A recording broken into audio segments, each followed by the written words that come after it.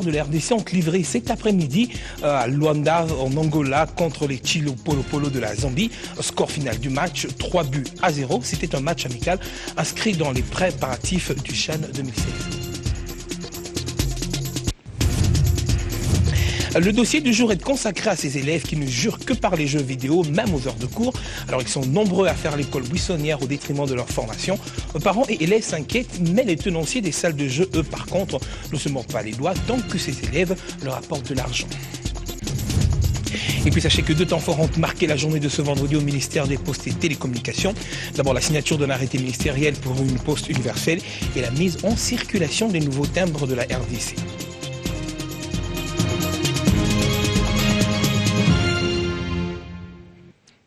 Et bienvenue à tous. D'abord, cette attaque des ADF Nalu, une fois de plus, sur 3 positions des FARDC en territoire de Béni. Nous sommes là dans la province du Nord Kivu. Les forces congolaises ont réussi à repousser ces attaques dans des violents combats. Aucun bilan officiel jusqu'ici. Les détails avec notre permanent dans la région Rikas Mouissi. Les 3 positions des forces armées de la République démocratique du Congo attaquées simultanément sont situées sur la nation numéro 4 entre Kokola et Ringeti, en groupement Bamouba Kisiki, secteur de Benimbaou, entre 45 et 50 km au nord de Béniville. Encore les coordonnateurs du CEPADO, Maître Markavota, qui livre la nouvelle. Ces positions sont celles d'Upura, Tungudu et Linzo Sissede. Maître Markavota note que ces positions ont été attaquées vers 9 h de ce vendredi par les combattants ADF actifs dans la zone et étaient répartis selon lui en 3 groupes. Des violents affrontements en armée lourde et légère ont duré plus de 3 heures, soit de 9 h à 12 h 30 indique-t-il. Suite aux affrontements, la circulation routière a été paralysée tout l'avant-midi ce vendredi. Des sources concordantes dans la région rapportent que 4 personnes qui étaient dans les périmètres des tirs ont été touchées. Jusque-là, une seule femme qui quittait Oicha pour Eringeti a déjà succombé de ses blessures. Les autres poursuivent les soins dans des secteurs sanitaires de la place. Les forces armées de la République démocratique du Congo ont pourchassé les assaillants. Et pour l'instant, le FARDC contrôle la zone et la circulation a repris sur cet axe l'après-midi de ce vendredi. Béni, Erika Smouissi, Biwan. Merci à vous, Erika Smouissi. Alors, c'est un événement qui fera date. La plateforme Action pour le développement et l'autonomisation des communautés africaines vient de lancer officiellement le projet de sensibilisation sur l'autonomisation de tous ces membres de la commune de Mongafula. La cérémonie de lancement a été ponctuée d'une journée avec des exposés à l'intention de la classe moyenne. Suivez. Je déclare, au nom de son Excellence, Monsieur le directeur de cabinet du chef de l'État, Maître Néhémie Mwilania, je déclare, disais-je, ouvert et lancé officiellement ce jour les travaux des activités de la plateforme ADEAC. Un lancement effectué sous les signes d'une journée avec exposé où plusieurs intervenants ont développé des thèmes, 5 au total, à l'intention de la classe moyenne que regorge la communauté de Mongafula. Le chemin à suivre demeure la construction d'un partenariat africain pour le développement. Il convient dès lors de privilégier les actions de soutien et des échanges d'expériences entre les communautés sur les réussites entrepreneuriales avérées. Le clou de l'événement est la mise en place des structures de la Banque populaire Copecadec, une pratique initiée dans le but de promouvoir la communauté à faible revenu. La phase pilote de ce projet débute à Mongafula avant de s'élargir à travers la ville. On a souvent parlé de l'autonomie financière, mais on a souvent oublié l'autonomie de la gestion du patrimoine. Or, c'est le patrimoine qu'il faut mettre en place pour que ce patrimoine génère les finances que l'entité territoriale devra, en toute autonomie, gérer pour son bon fonctionnement. C'est une expérience qui est venue du Canada. C'est un peu, en République démocratique du Congo, nous pouvons la comparer à ce qu'on appelle vulgairement les Likelemba, les Makelemba, et en Afrique de l'Ouest, le Tonting. C'est une organisation à la base, pas des conditions, simplement la rigueur dans la gestion. Solange Masumbuko semble avoir réussi son pari en formant près de 1000 membres sur les 10 000 que regorge l'ADEAC, sur l'autonomisation et l'émergence d'une classe moyenne, la création et la gestion d'une entreprise, ainsi que la vulgarisation des notions sur les coopératives populaires. Parlons jeunesse à présent avec cette rencontre à Addis Abeba de plusieurs jeunes venus du continent africain qui se sont retrouvés pour célébrer ensemble la journée africaine de la jeunesse. Rencontre organisée sous initiative de l'Union africaine. La présidente de l'Union panafricaine de la jeunesse était également présente à ces assises. Addis Abeba, siège de l'Union africaine, a connu une ambiance particulière lors de la célébration de la journée africaine de la jeunesse. L'occasion pour la présidente de l'Union panafricaine de la jeunesse, Francine Muyumba, de faire remarquer qu'au-delà de l'aspect festif, les États africains doivent prendre au sérieux le problème auquel font face la jeunesse africaine. Il est aussi important de montrer combien les jeunes doivent s'impliquer dans l'atteinte des objectifs du développement durable, dont le rendez-vous est donné pour 2030. La jeunesse constitue un maillon essentiel et joue un rôle actif et précieux comme principal acteur de changements positifs et constructifs pour la paix dans le continent. Pour le secrétaire général de cette institution africaine de la jeunesse, l'Afrique doit accorder un accent particulier aux leaders féminins. Nous sommes en train de voir comment dans notre couche juvénile, les jeunes femmes peuvent être impliquées parce qu'ils ont des potentialités, ils ont des énormes potentialités qu'il faudra découvrir et mettre en application au service de nos pays. Vous le savez tous que la patronne de toute la jeunesse du continent est une dame et nous avons vu quels sont ses talents, ses potentialités. Cela prouve aujourd'hui que l'Afrique doit accorder un accent particulier aujourd'hui au leadership féminin. Au finish, les autorités de l'Union africaine et la présidente de l'UPJ ont visité les stands d'exposition des œuvres de jeunes héros de l'Union africaine, exhibant leur capacité d'innovation et l'implication de la jeunesse dans le développement de l'Afrique. Et dans le domaine de la santé, plusieurs décès infantiles sont causés par le manque de planification familiale. En République démocratique du Congo, nombreuses sont ces femmes qui fustigent le manque d'informations sur les méthodes contraceptives. Alors il faudrait dire que la planification familiale reste un idéal pour réduire le taux de mortalité infantile en République démocratique du Congo. Dossier signé Patricia Panzo. En République démocratique du Congo, chaque minute, une femme meurt en donnant la vie. Des décès qui sont pour la plupart liés au manque de planification familiale. Avec une population estimée à 70 millions d'habitants, la RDC est un pays à fort taux démographique, une démographie qui ne peut être maîtrisée que par la planification familiale. Mais il a été prouvé que seulement 6 femmes congolaises sur 100 pratiquent la planification familiale. Pour preuve, cette jeune femme enceinte et mère de 8 enfants avoue ne pas avoir le temps pour cette pratique. J'accouche sans problème et je n'utilise pas les méthodes de planification familiale parce que je n'ai pas le temps d'aller écouter les conseils. D'autres par contre reconnaissent les avantages liés à cette méthode. Je suis mère de 5 enfants. Le premier a 12 ans. Là où j'habitais, je bénéficiais des conseils de la part des mamans de l'ABF. Avant d'avoir mon dernier bébé, j'ai utilisé une méthode de planification familiale. Ça m'a aidé à bien suivre mon cycle. Elle nous enseigne comment prendre soin de l'enfant, bien planifier pour notre bien-être, ainsi que celui de l'enfant pour ne pas souffrir. Un autre problème majeur est que le taux des prévalences contraceptives est faible, ceci parce que le pays ne dispose pas d'assez de structures qui offrent des services de planification familiale, ainsi que le manque d'informations et des moyens alloués à ces secteurs. Et pourtant, ces derniers temps, la jeunesse est très exposée sexuellement.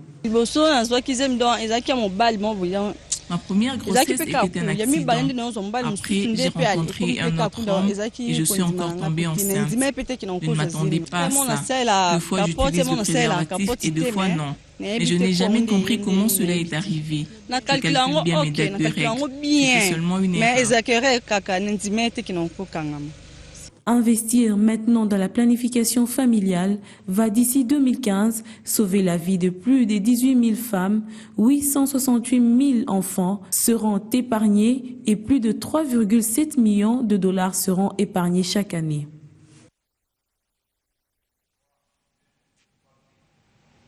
Et en culture, ce marché d'œuvres d'art de la ville de Kinshasa, en dépit de ses nombreuses délocalisations, ce centre de négoce reste attractif et propose, il faudra le dire, une variété d'œuvres d'art, fruits de l'imagination, made in RDC. Découverte avec Constantin Tamboué et Tito Kishi.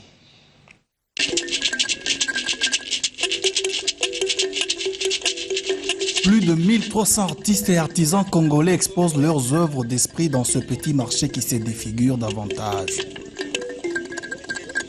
C'est ici par ailleurs que la culture mythique et contemporaine des Bantous, mythiques et pygmées vivant dans le 2 345 410 km² du territoire national est représentée.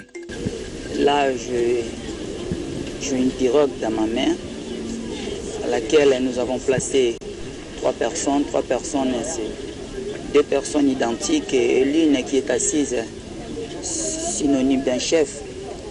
Donc ici, nous parlons de l'accompagnement ou bien le passage d'un chef d'un village à une autre, quoi. Le pirogue est aussi signifié comme la vie des pêcheurs, des gens qui vivent dans les petits paillotes vers au bord du fleuve Congo. Leurs véhicules, comme nous disons des véhicules sur la route, les tronçons, mais eux, leurs véhicules sur le pirogue. On y trouve de l'art plastique, la peinture, la sculpture, des œuvres taillées au millimètre près pour représenter une image, un symbole, voire un langage. Le masque que vous voyez là symbolise le mariage. Ce sont des masques qu'on porte aux officiers, quoi, je peux dire, quoi, à la personne qui est à l'honneur le jour du mariage, quoi, ou bien l'homme ou la femme. Le masque Tchokouela symbolise le mariage. Et la canne qu'on fait porter à l'homme, c'est le papa de la femme qui vient la donner à l'époux de sa fille comme symbole symbole de passage, que je te donne ma fille en mariage pour un temps indéterminé. Ces objets de l'imagination made in DRC attirent en majorité des touristes et expatriés qui viennent s'offrir des précieux souvenirs et cadeaux, signe de leur passage au pays de Patrice Emery Lumumba. Quand ils viennent au pays, ils ne rentrent pas pour aller au grand marché chercher les Thompson ou les Kwanga, non. On les paie les œuvres d'esprit, qu'on les comme souvenir. On ne peut pas dire que ces marchés n'ont pas d'importance, ça a une grande importance. Ça, c'est la culture de notre pays. L'identité d'une nation, c'est la culture. Le marché des œuvres d'art est cependant menacé de disparition. Les vendeurs déguerpis en juillet dernier de l'espace public Place Royale, qu'ils ont occupé depuis 2010, ils sont sans aucune assurance dans cette parcelle privée coincée entre les immeubles de l'État en face du nouvel hôtel du gouvernement. Nous avons proposé qu'on nous mette pas ici, ça a commencé, cette histoire. Comme tout le temps, on a toujours crié. L'histoire de ces marchés a commencé ici, en 1955. Ils n'attendent cette fois-ci que la concrétisation de la promesse de l'autorité urbaine qui s'est engagée d'aménager un espace définitif et réputé dans la promotion des œuvres d'art. En conclusion, nous demandons à l'autorité de prendre sa charge. Donc, on a détenu du site Chaoumba, que nous sommes allés visiter, mais il y a toujours les militaires qui sont là-bas à côté. Et vous voyez, vous allez mélanger les militaires et les civils. Vous voyez que ça ne colle pas. Pour la petite histoire, le marché d'objets d'art a ouvert ses portes pour la première fois ici, à la place Royale en 1955, sous la colonisation, puis délocalisé à la place dite de Braconnier devant l'ambassade de Belgique en 1959, avant d'évoluer de 1981 à 2010 à la place de la gare centrale.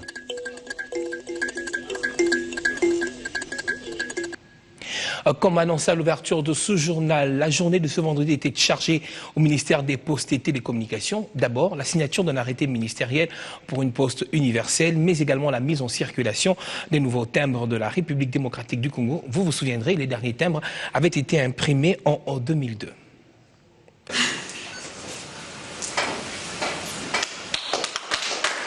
De nouveaux timbres de la RDC dédiés à la lutte contre le sida sont déjà en circulation. Preuve que la République démocratique du Congo dispose d'une poste et d'une loi qui permet à celle-ci de fonctionner et d'opérer au service universel. La signature ce vendredi des arrêtés ministériels entre la Société commerciale de Postes et Télécommunications et le ministère des PTNTIC prouvent suffisamment que ce secteur reste incontournable. Le service postal universel doit permettre d'assurer à la population un bouquet de services postaux en fonction de la densité minimale des dessertes dans des conditions de collecte, d'acheminement et de distribution acceptables. L'industrie postale a pour caractéristique ce symbole qu'est le timbre-poste. La première carte postale miniaturisée d'une nation est son timbre-poste, sur le coin d'une enveloppe, mais témoin de la richesse d'une nation. Dans tous les coins de la RDC, la poste est opérationnelle. Les Congolais vivant au pays et ceux de la diaspora devront à nouveau s'habituer à l'usage des timbres pour l'envoi des courriers. Désormais, la poste est réellement de retour. Il n'y a plus de doute à cela, parce qu'il y a un acte fort qui vient d'être posé aujourd'hui par le gouvernement. Il s'agit d'un accompagnement d'une manière claire et nette, c'est-à-dire qu'il y a 2 décrets. Le premier fait que en tout cas la loi de 2002 qui régit tout ce qui concerne le service postal dans notre pays est maintenant en vigueur. Au cours de cette journée importante pour la poste en RDC, 3 bureaux et agences de poste à Kinshasa réhabilités ont été inaugurés par le ministre de tutelle Thomas Louaka Losenjola. Jeunesse avec la formation professionnelle avec ce programme dénommé Battles of Mind, un programme qui permet aux jeunes universitaires de la ville de Kinshasa précisément d'acquérir une formation relevant leur niveau de compétences managériales. À l'issue donc d'une formation de 2 ans, tous les participants devront batailler pour être sélectionnés parmi les meilleurs.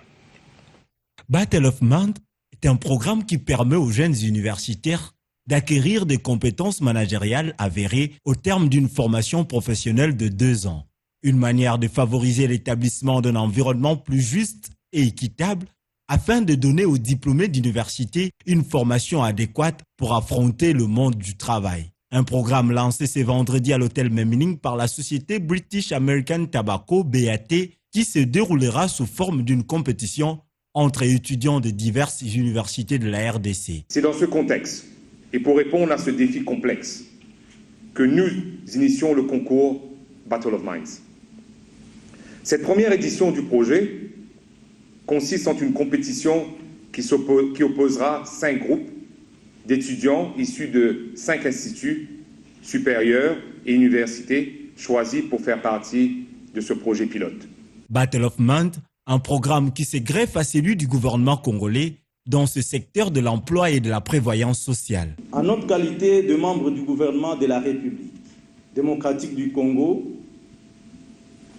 nous ne pouvons qu'encourager de telles initiatives qui démontrent que, malgré les difficultés observées à travers le monde, dans la création d'emplois stables et fiables, la République démocratique du Congo demeure un pays qui inspire et continue à inspirer confiance aux investisseurs du secteur privé. Permettez-moi de féliciter la BAT pour cette initiative noble et hautement patriotique. Par ce programme, elle ouvre une porte à nos jeunes intellectuels et nous la remercions. Pour une première édition, 5 universités sont sélectionnées, à savoir l'Université catholique au Congo, l'Université protestante au Congo, l'Institut supérieur de commerce, Bell Campus et l'Université pédagogique nationale. Comme annoncé au sommaire, certains élèves de la ville de Kinshasa, en grande partie des garçons, se retrouvent parfois à des heures des cours dans des salles de jeu. Nos reporters ont interrogé certains. Ils sont chassés des cours pour non-paiement des frais scolaires pour les uns. D'autres arrivent en retard, leur ont-ils expliqué. Pour d'autres, c'est tout simplement de l'école buissonnière. Je vous propose ici de suivre ce reportage. C'est une salle de jeu dans laquelle se trouvent des jeunes, pour la plupart encore en âge scolaire, et donc censés en plein midi être dans la salle de classe. Mais que font-ils à cette heure dans cette salle de loisirs? Certains en uniforme ont été chassés pour raison de non-paiement des frais. Pour d'autres, par contre, c'est tout simplement de l'école buissonnière. Nous avons eu des plaintes de la part de certains parents faisant état des élèves qui faisaient l'école buissonnière. Nous avons mis en place un document partout dans les écoles. Il y a les cahiers de communication.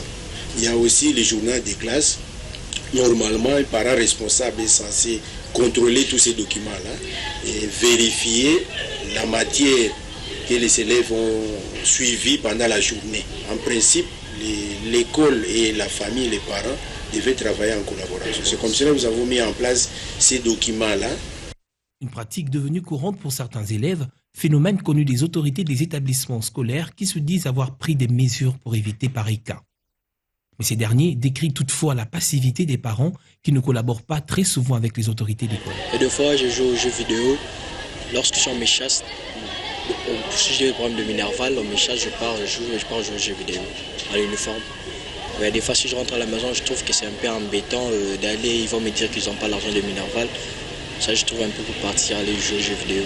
Je viens ici après les cours pour se divertir, après avoir beaucoup travaillé pendant la semaine, et puis le week-end, je viens ici pour jouer à tout moment. Interrogé à ce sujet, ce parent d'élève affirme pour sa part que le manque de contrôle de plusieurs parents est très souvent à la base de ce phénomène. Nous sommes au courant de ces pratiques et nous déplorons aussi le comportement des élèves et des enfants. Nous comprenons que avec la prolifération des jeux électroniques qui courent les rues aujourd'hui, les enfants qui en manquent à la maison en profitent aussi pour sécher les cours. C'est le manque de suivi qui fait que les parents ne parviennent pas à contrôler leurs enfants. Ils doivent faire les suivis de leurs enfants pour savoir pourquoi ils ont été renvoyés de l'école. Ceux qui n'ont visiblement pas à s'inquiéter ou à se tordre les doigts, ce sont les tenanciers des salles de jeu qui, eux, ont un seul souci, se faire de l'argent. Et du coup, à n'importe quelle heure, à tout moment, les jeunes, en uniforme ou pas, sont les bienvenus tant qu'ils remplissent leur caisse.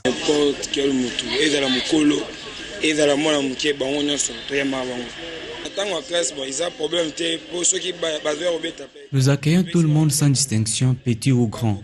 Même pendant les heures de cours, c'est pas grave, les autres partent au cours et ils viennent jouer après. Voilà une situation où parents, élèves, autorités d'école sont appelés à collaborer pour éviter de tels cas susceptibles d'être à la base de l'échec scolaire. Page sportive d'abord avec les léopards locaux de la RDC qui ont eu raison cet après-midi des Chipolo Polo Boys de la Zambie en leur infligeant une défaite de 3-0 au tournoi de Luanda en Angola.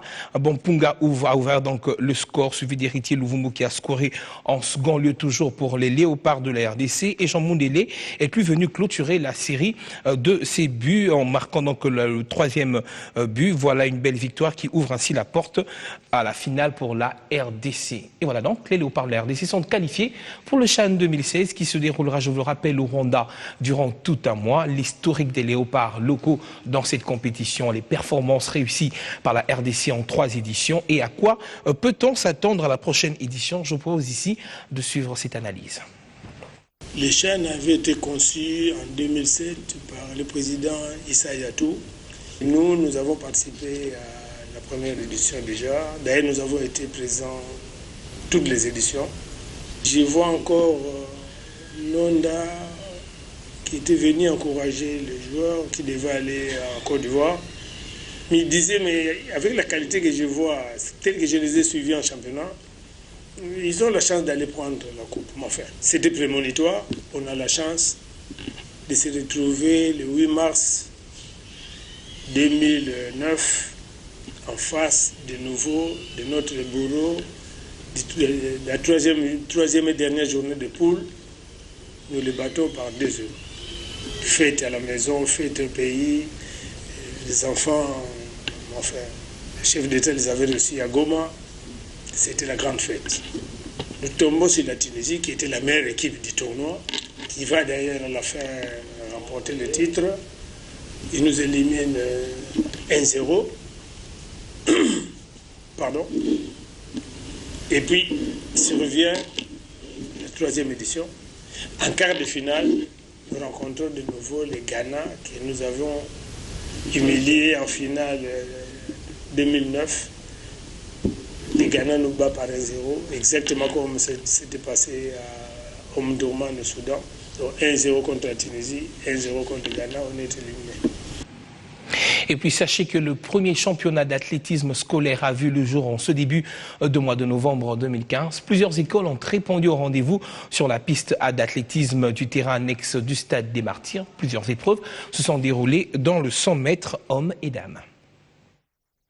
Lancé officiellement ce vendredi, le premier championnat scolaire d'athlétisme a drainé du monde sur la piste annexe d'athlétisme du Stade des Martyrs de la Pentecôte. Cette compétition a été incorporée dans le programme scolaire 2015-2016 de l'enseignement primaire, secondaire et initiation à la nouvelle citoyenneté. Nous sommes les partenaires, ensemble avec l'agence Acacia qui organise ces tournois d'athlétisme en herbe. Voilà pourquoi je suis venu pour les comptes du ministère pour superviser l'activité. Le niveau est jugé bon selon les cadres techniques de la Fédération d'athlétisme du Congo. Le titre de notre compétition ici, c'est l'athlète en herbe. Ce sont des élèves qui sont venus de nulle part, que nous sommes en train de détecter pour les verser au niveau des clubs d'athlétisme. Alors vraiment, c'est une première pour cette année 2015 d'avoir un engouement comme ça des enfants tout autour de la compétition d'athlétisme. L'initiative de l'agence Acacia qui est à l'origine de l'organisation de cette compétition avec divers partenaires. La compétition prend 6 mois et là, après l'étape des préliminaires dans les écoles, nous sommes maintenant au niveau de la phase des poules. La phase des poules regroupe les écoles des différentes communes. Pour la première journée, nous avons Gombe et Bandal. La deuxième journée, nous avons Limete et Ngaliema. Et pour l'instant, nous prenons le meilleur des meilleurs. Plusieurs épreuves étaient au rendez-vous, le 100 mètres hommes et dames, ainsi que la marche a volé la vedette aux autres épreuves. Sur 24 communes, seuls Bandal et Gombe ont ouvert le bal de cette édition. Et voilà, c'est ici que nous mettons un terme à cette édition d'actualité. Merci à vous de l'avoir suivi.